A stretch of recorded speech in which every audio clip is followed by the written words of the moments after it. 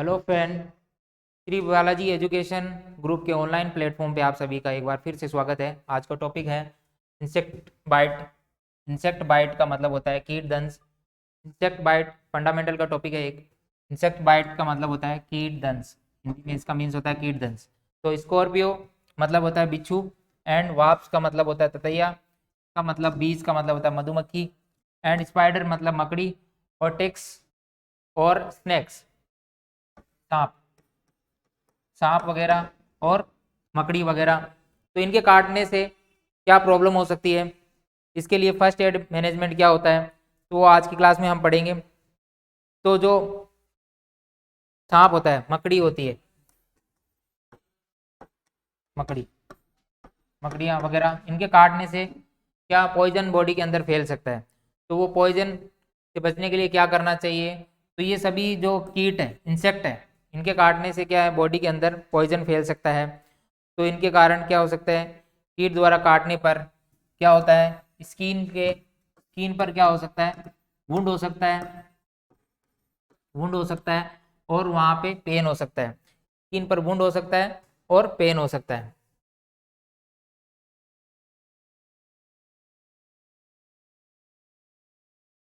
Skin पर क्या हो जाता है, वुंड हो जाता है, और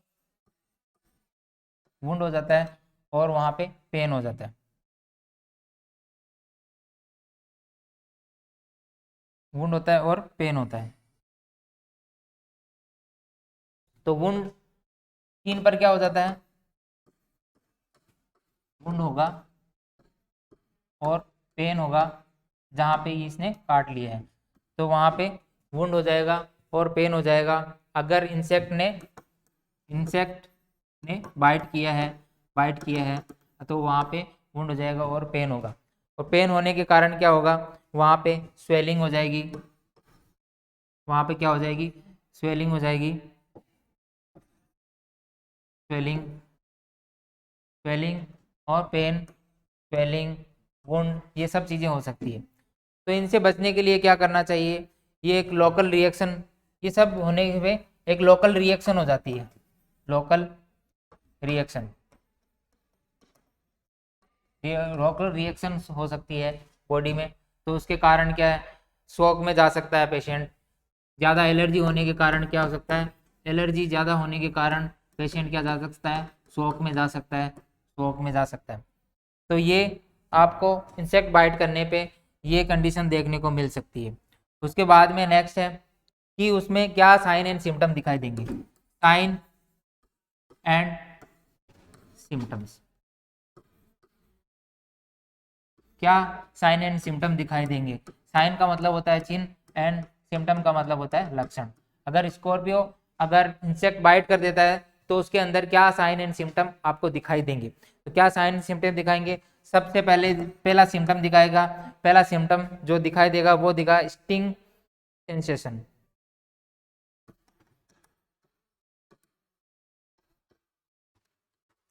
स्टिंग का सेंसेशन होगा, स्टिंग सेंसेशन होगा,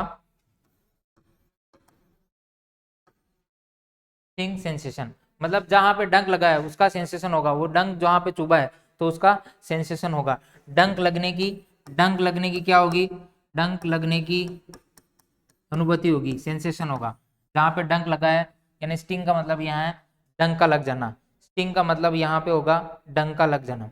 उसके बाद में दूसरी स्वेलिंग देखने को मिल सकती है, स्वेलिंग हो जाएगी, स्वेलिंग जहाँ पे स्टिंग या डंक लगा है वहाँ स्वेलिंग हो जाएगी, और वहाँ इचिंग सेंसेशन हो सकता है। और क्या हो सकता है, तीसरा क्या हो सकता है, फर्स्ट है, सेकंड है, थर्ड है itching sensation, itching itching sensation, itching sensation हो सकता है। वहाँ इचिंग सेंसेशन का मतलब खुजली चलना, इचिंग का मतलब है खुजली, इचिंग सेंसेशन हो सकता है, खुजली हो सकती है। और जो नए सिम्टम देखने को मिलेंगे वो हो सकता है सीवियर पेन हो सकता है। चौथा नंबर क्या है, रेडनेस हो सकती है, रेडनेस मतलब लाल हो जाना जहाँ पे बाइट किया है, रेडनेस जहाँ पे बाइट किया है, बाइट किया वहाँ रेडनेस हो जाएगी। पेन होगा, जहाँ पे बाइट किया वहाँ पेन होगा, पेन सीवियर हो सकता है, पेन सीवियर हो सकता है, मॉडरेट हो सकता है। और कुछ अदर सिम्टम्स, अदर सिम्टम्स भी, कुछ अदर सिम्टम्स, ये तो है कॉमन सिम्टम। अदर सिम्टम्स के अंदर कुछ अदर सिम्टम भी देखने को, अदर सिम्टम भी देखने को मिल सकते हैं। तो अदर सिम्टम्स के अंदर आएगा आपके पूरे बॉडी पर, फुल बॉडी के अंदर, फुल बॉडी में, फुल बॉडी के, बॉडी पर क्या हो जाएगी, फुल बॉडी में इचिंग हो सकती है। एक बाइट करने पे फुल बॉडी पे इचिंग हो सकती है, पूरी बॉडी पे खुजली हो सकती है, तो ये देखने को मिल सकती है। उसके बाद में ब्रीदिंग डिफिकल्टी हो सकती है। उसके बाद में क्या हो सकता है, ब्रीदिंग डिफिकल्टी हो सकती है, ब्रीदिंग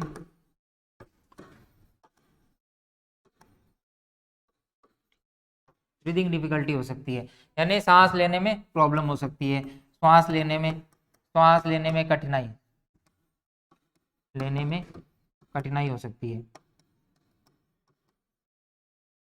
सांस लेने में कठिनाई हो सकती है, ब्रीदिंग डिफिकल्टी हो सकती है। तो डिप्सनिया भी बोलते हैं, एक वर्ड में अगर बोलना हो तो उसको डिप्सनिया बोल सकते हैं। तो उसके बाद में और अदर सिम्टम्स में क्या आ जाएगा, टाइटनेस ऑफ चेस्ट हो जाएगा, टाइटनेस ऑफ चेस्ट, चेस्ट का क्या हो जाएगा, चेस्ट में जकड़न आएगी, टाइटनेस ऑफ चेस्ट हो जाएगा। उसके बाद में नेक्स्ट सिम्टम देखने को मिलेंगे, हेडेक हो सकता है, नोजिया वोमिटिंग हो सकती है, हेडेक,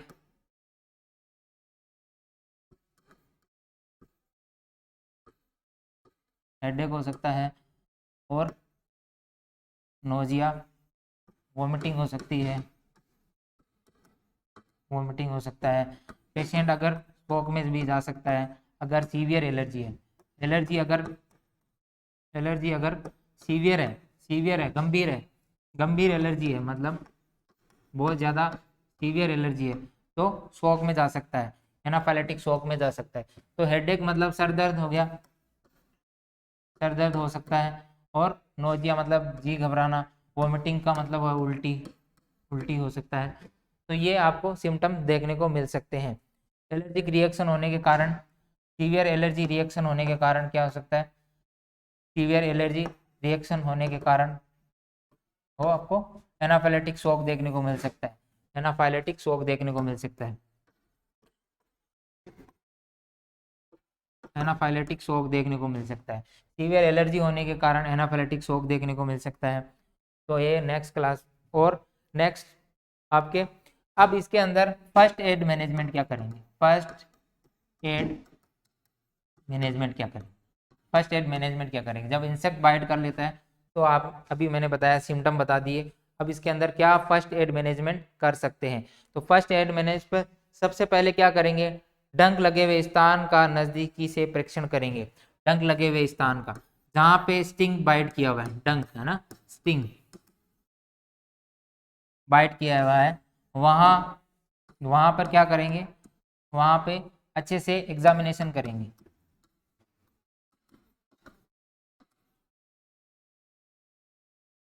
स्थान पर,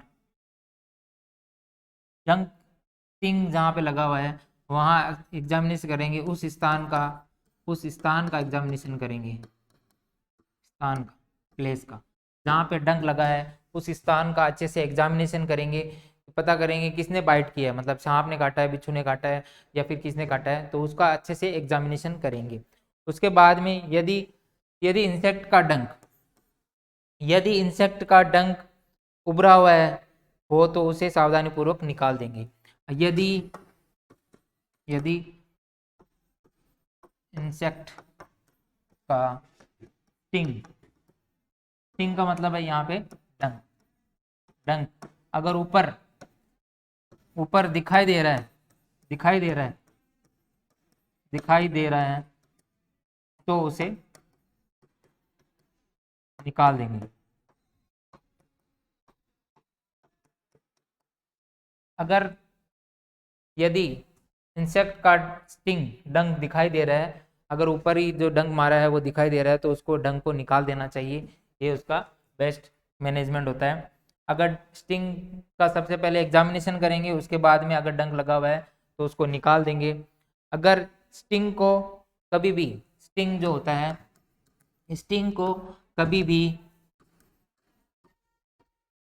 रगड़ना नहीं चाहिए।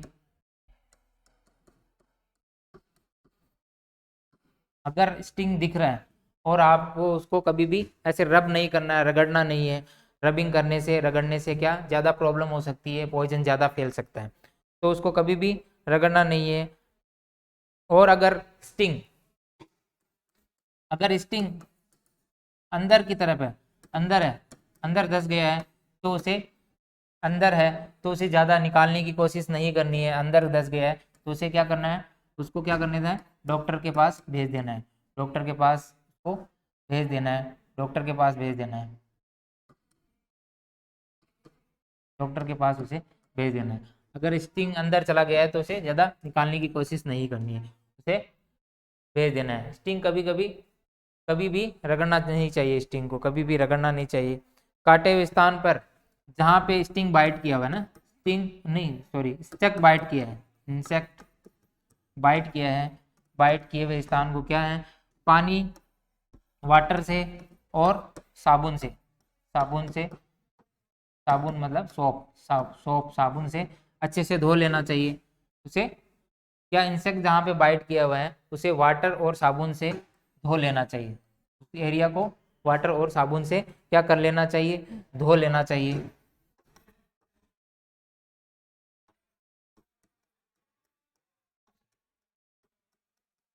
उसके बाद में नेक्स्ट है, जहाँ पे इंसेक्ट बाइट किया उसे वाटर और साबुन से धो लेना चाहिए।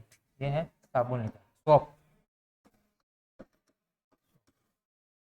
सोप मतलब साबुन। उसके बाद में नेक्स्ट है,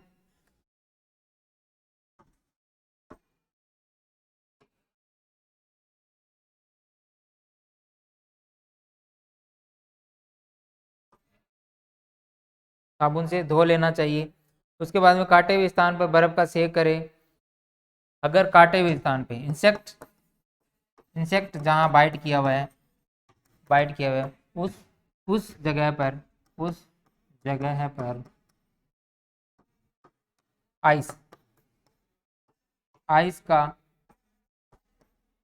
आइस का सेक करना चाहिए, आइस लगानी चाहिए वहाँ पे, बर्फ का सेक करना चाहिए। आइस का मतलब है बर्फ, बर्फ का सेक करना चाहिए। उस स्थान पर क्या करना चाहिए, आइस का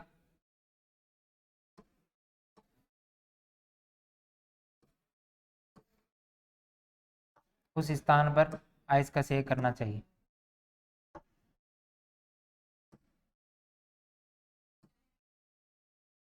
स्थान पर बर्फ का सेक करना चाहिए, आइस का सेक करना चाहिए। और उसके बाद में नेक्स्ट है,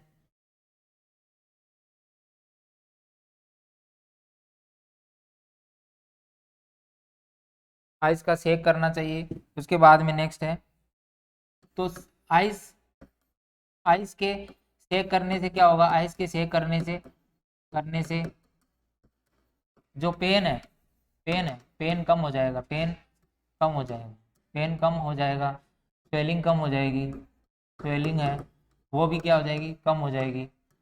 तो आइस का सेक करना चाहिए। तो आइस का सेक करने से क्या हो जाएगा, आइस का सेक करने से उसके जो पेन है, पेन कम हो जाएगा, स्वेलिंग कम हो जाएगी, दर्द कम हो जाएगा, उसका दर्द कम हो जाएगा, उसको दर्द में राहत मिलेगी। और अगर जो बेकिंग सोडा है, baking soda, baking soda, baking soda, जो बेकिंग सोडा आता है उसका उसका लेप बनाकर बनाकर बनाकर भी उस स्थान पर लगा सकते हैं। जो बेकिंग सोडे का उस स्थान पर लेप बनाकर भी लगा सकते हैं। बेकिंग सोडा का, बेकिंग सोडा मतलब जो होता है खाने वाला सोडा, बेकिंग सोडा मतलब जो खाने वाला सोडा होता है, खाने वाला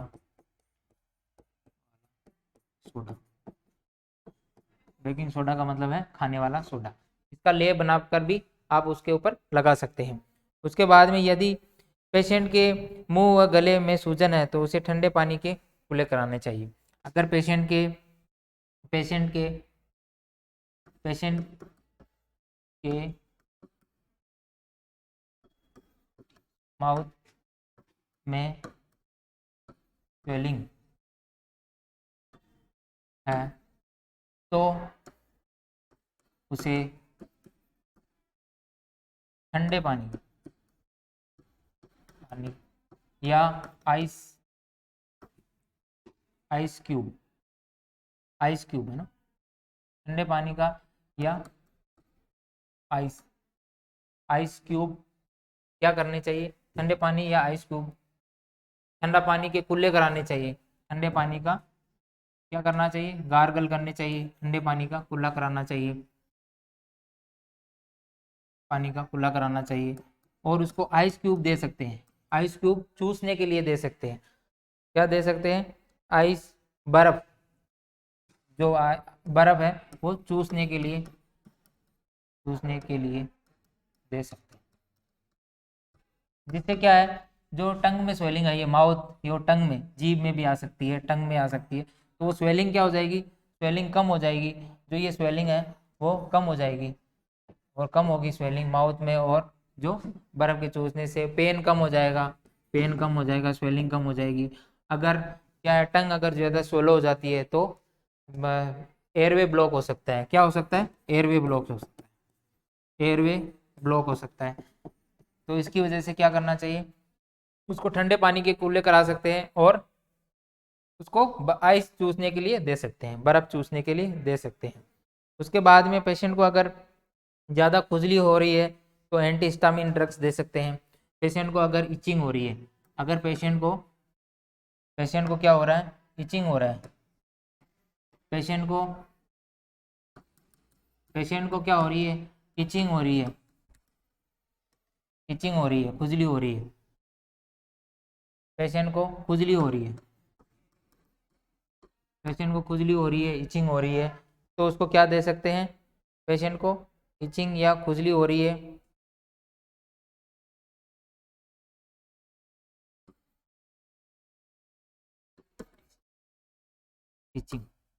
इचिंग पेशेंट को इचिंग हो रही है, खुजली हो रही है, तो उसे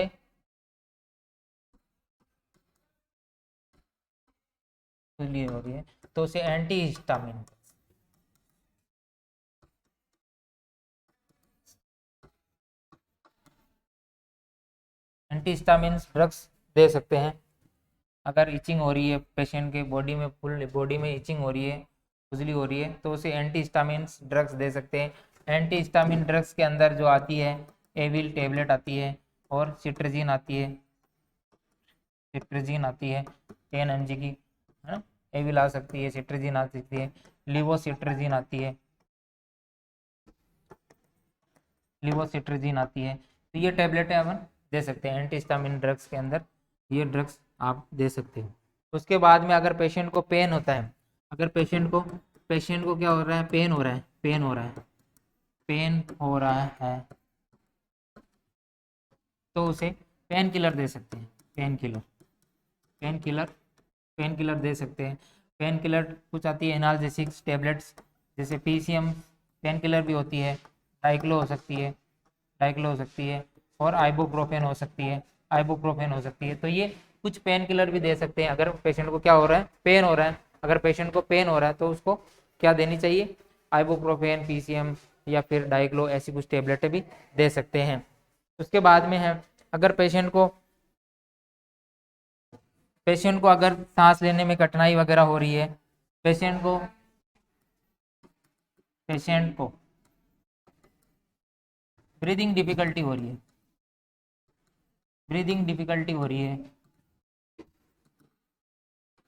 हो रही है, हो रही हो, तो उसे तुरंत हॉस्पिटल भेजें, भेज देना चाहिए। और अगर ब्रीदिंग अगर स्टॉप होती है, स्टॉप हो रही हो, हार्ट भी स्टॉप हो रहा हो, तो सीपीआर स्टार्ट कर देना चाहिए, कार्डियक पल्मोनरी रिससिटेशन स्टार्ट करना चाहिए। अगर पेशेंट में शॉक के सिम्टम्स हो, शॉक के कुछ सिम्टम्स आ रहे हो, तो पहले शॉक को ट्रीट करना चाहिए, शॉक को ट्रीट करना चाहिए, शॉक को ट्रीट करना चाहिए, शॉक को ट्रीट करना चाहिए। अगर सीपीआर की ज़रूरत है तो उसे सीपीआर देना चाहिए, और अगर ब्रीदिंग डिफिकल्टी ज़्यादा हो रही हो तो उसे जल्दी से जल्दी हॉस्पिटल पहुंचाएं, सीपीआर देते हुए हॉस्पिटल पहुंचाएं, जल्दी से जल्दी हॉस्पिटल पहुंचाएं। तो आज का टॉपिक है, तो उसके अंदर क्या है, सबसे पहला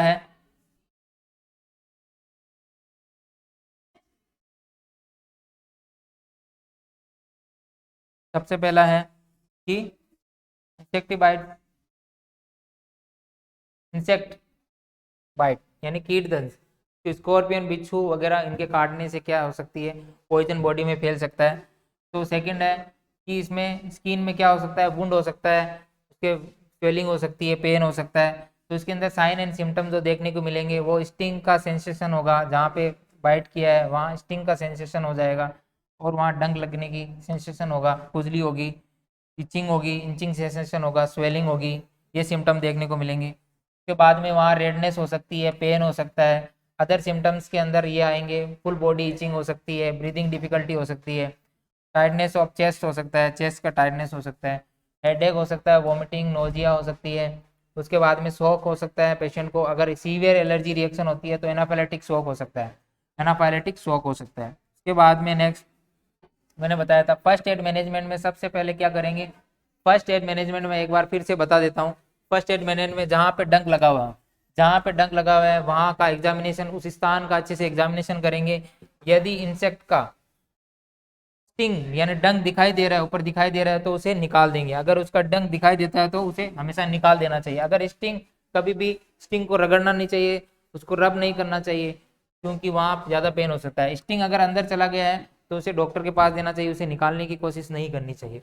उसके बाद में नेक्स्ट है इंसेक्ट बाइट को, जहाँ पे काटा है वहाँ उस एरिया को वाटर या साबुन से अपन धो सकते हैं, फिर धो देना चाहिए। इंसेक्ट बाइट उस जगह पर बर्फ या आइस लगा सकते हैं, यानी आइस या बर्फ उस जगह पे लगाने से क्या होगा, वहाँ पे पेन कम हो जाएगा, और पेन कम होगा, स्वेलिंग कम हो सकती है। अगर पेन पेशेंट के माउथ और टंग के अंदर, माउथ में अगर टंग के अंदर स्वेलिंग आ जाती है, माउथ में और टंग में, गले में, है ना, गले में, थ्रोट में, माउथ में, यहाँ कहीं भी स्वेलिंग हो तो उसे ठंडे पानी गार्गल करने के लिए देना चाहिए, उसे गरारे करने के लिए देना चाहिए, और उसे आइस चूसने के लिए दे सकते हो। आइस मतलब बर्फ, बर्फ चूसने के लिए दे सकते हैं। उससे क्या, पेन कम हो जाएगा, स्वेलिंग कम हो जाएगी, एयरवे ब्लॉक नहीं होगा। उसके बाद में नेक्स्ट है इचिंग, अगर पेशेंट को हो रही है, खुजली हो रही है, तो उसे है ना एंटीहिस्टामिन ड्रग्स दे सकते हैं। एंटीहिस्टामिन ड्रग्स में टेबलेट एविल वगैरह, सिट्रजिन और लिवोसिट्रजिन टेबलेट इन नाम से आती है, जो एंटीहिस्टामिन ड्रग्स होती है, जो क्या करती है, एलर्जी में इचिंग वगैरह कम करेगी। उसके बाद में अगर पेशेंट को पेन हो रहा है, पेन हो रहा है तो आइस सेक करने से पेन कम हो जाएगा, स्वेलिंग कम हो जाएगी। उसे बेकिंग सोडा दे सकते हैं, बेकिंग सोडा का लेप बनाकर क्या है उस स्थान पे लगा सकते हैं जहाँ पे उसे इंसेक्ट बाइट किया है, तो उसका बेकिंग सोडे का लेप बनाकर उस स्थान पे लगाने से वो थोड़ा पेन वगैरह कम होगी, स्वेलिंग कम हो जाएगी। उसी बाद में अगर पेशेंट को पेन हो रहा है तो उसे पेन किलर दे सकते हैं। पेन किलर में आप, पेन किलर में टेबलेट पीसीएम दे सकते हैं, और डाइक्लो दे सकते हैं, और आइबोप्रोफेन दे सकते हैं। तो ये कुछ टेबलेटें आप दे सकते हो। उसके बाद में है नेक्स्ट, अगर पेशेंट में ब्रीदिंग डिफिकल्टी हो रही है, ब्रीदिंग डिफिकल्टी हो रही है, तो सीपीआर दे, और सीपीआर देते हुए तुरंत हॉस्पिटल में पहुंचाए, है ना। अगर उसका हार्ट स्टॉप हो रहा हो और तो उसे सीपीआर देना चाहिए। और शॉक के कुछ सिम्टम आ रहे हैं, तो शॉक, हमेशा शॉक के कुछ सिम्टम नजर आए, एनाप्लेटिक शॉक के सिम्टम्स आए, तो उसे तुरंत ट्रीट करना चाहिए, और जल्दी से जल्दी पेशेंट को हॉस्पिटल पहुंचाना चाहिए। Thank you so much. Class को लाइक करें, सब्सक्राइब करें, और बेल आइकन को जरूर दबाएं। Thank you so much.